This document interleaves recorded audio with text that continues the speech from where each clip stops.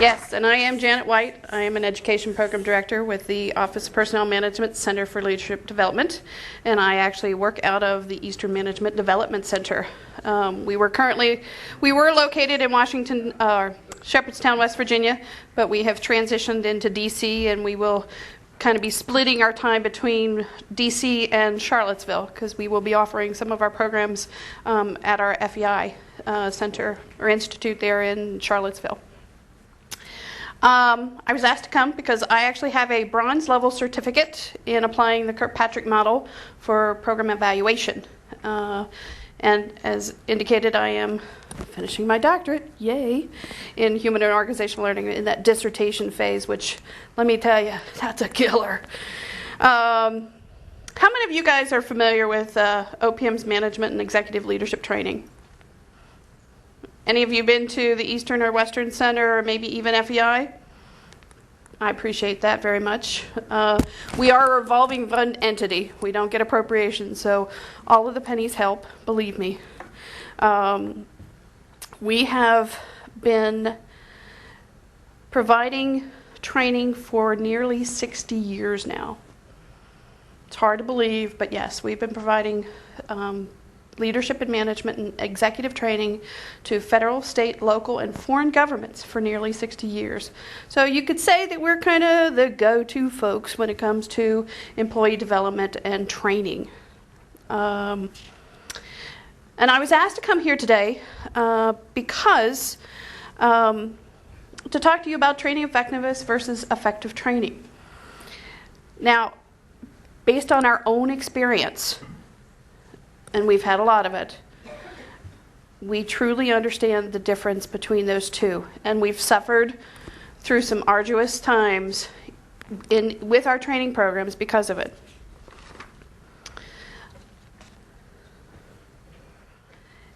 Our own experience shows us that it's not enough just to have effective training programs, but you need to determine the training effectiveness as a whole because it affects your organization. So, you guys are probably familiar with this, okay? Well, in preparing for my presentation, I was asked, I wanted to get sort of an idea of what you guys have done, what kind of training you have offered before in the past, and just sort of to get some insight into your particular training curriculum. I was told that you guys put a lot of effort and time into putting together this training curriculum. And I could tell, I was very impressed when I saw this, because I could see that you had a very clear delineation of your learning levels as well as your career paths. So I applaud you for that effort. It was a great effort. But my question to you today really is this training effective? And if so, how do you know that?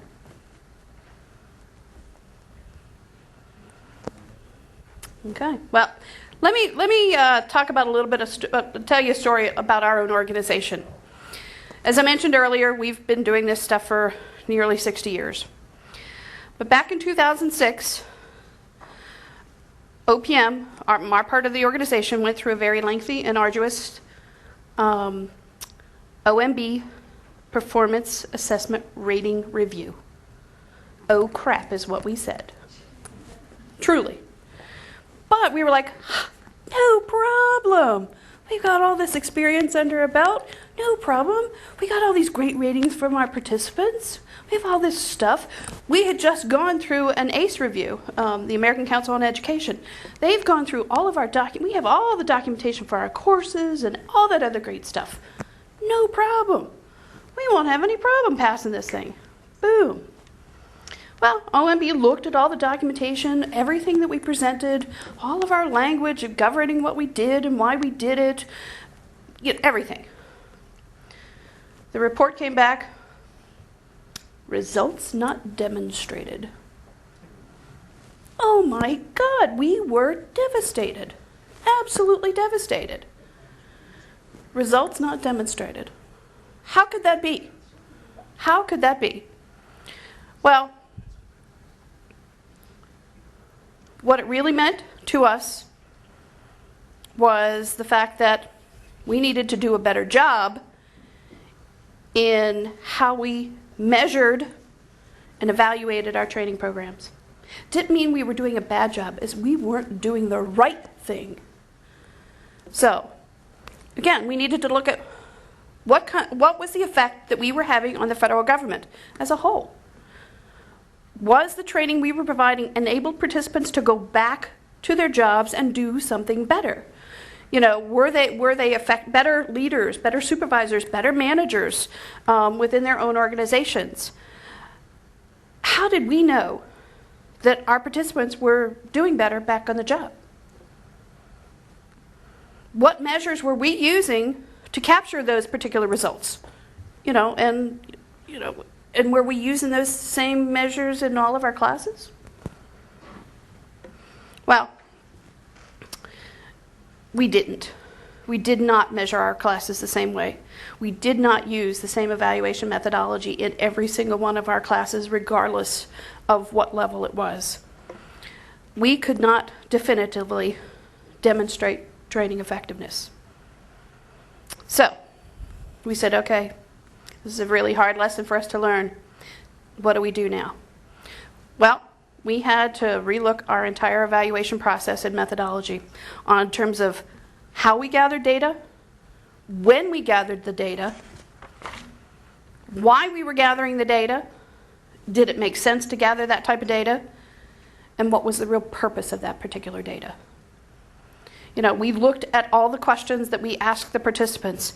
We also said, are we asking questions of their supervisors? And if not, why not?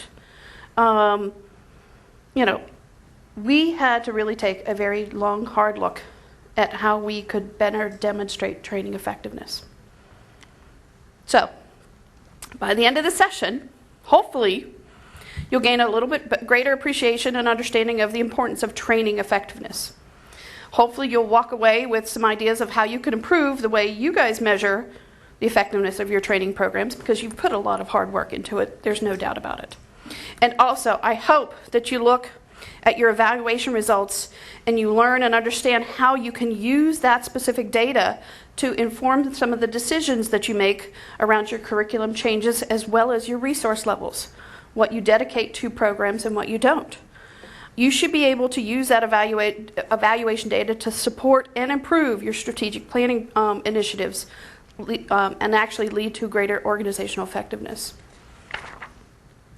So, what's the difference between effective training and training effectiveness?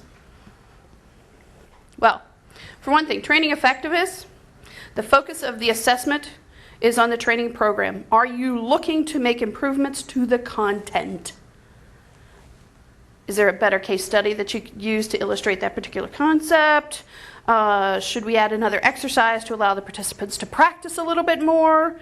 Or do we need to change the instructor because they really were engaging? I mean, they were a real yawner. So, that's effective training. Again, focus on the content. On the other hand, there's training effectiveness. Well, what does that mean? Well, the focus of the assessment is on the impact the training is having on the organization as a whole. How well did the training meet the developmental needs of those participants? How well did the participants master the training and that content? How well did the participants transfer that learning back on the job? How well did the training contribute to the achievement of those organizational goals and mission? That's the difference between effective training and training effectiveness. And as we go through this, you'll see a little bit more. So why do we want to measure it?